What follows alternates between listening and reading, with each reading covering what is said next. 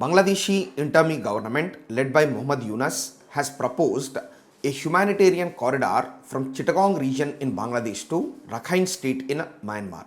In fact, the Rakhine state is facing a problem of famine and there is a civil war ongoing between the Arakan army versus the military junta government in Myanmar.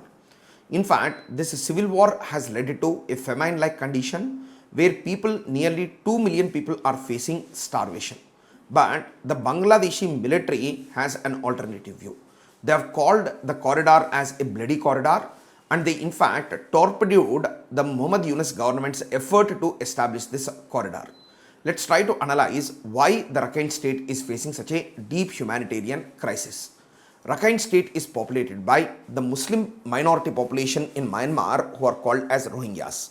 They have been declared stateless or their citizenship to Myanmar has been cancelled by the Myanmarese government, converting them into stateless people, and millions of them were pushed out of Myanmar. Now they are illegal immigrants in both Bangladesh and India. But nearly 2 million people are still present there and they are facing systemic violence by the state. In fact, the human rights condition is so bad that the UN in fact mediated with Bangladesh in order to establish this humanitarian corridor. But the Bangladeshi military, it is of a different opinion and it is saying that this corridor, if established, rather than merely providing aid to the Arakan army and to the people who are living in the Rohingya region, it will also lead to many strategic implications to the security of Bangladesh.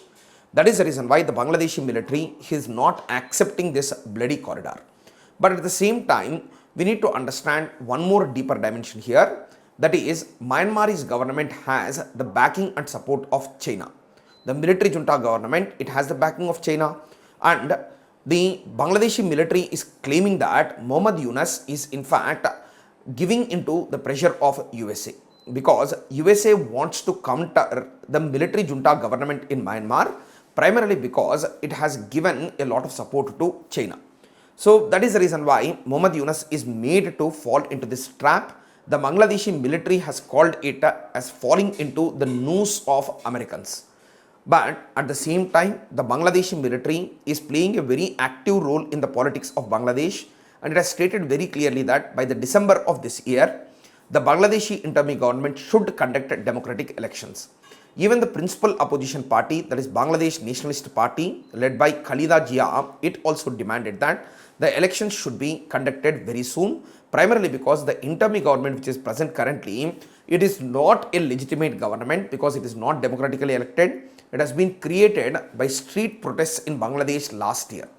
Now, if you look at the complex scenario of Bangladesh and Myanmar, see, Bangladesh is in fact right now under the sphere of influence of USA and at the same time it is also showing some indication of tilting towards China.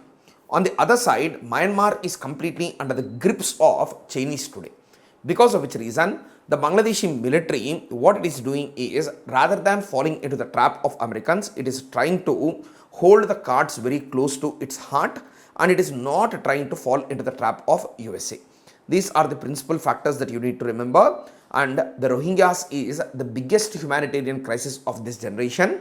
Definitely millions of people have been rendered homeless, they are facing violence, but at the same time no country can overstretch its own security and provide a humanitarian corridor because all names of humanitarian corridors are indirectly the names for strategic and military support to the people who are living on the other side of the corridor. So that is the reason why the Bangladeshi military has opposed this humanitarian corridor. Thank you.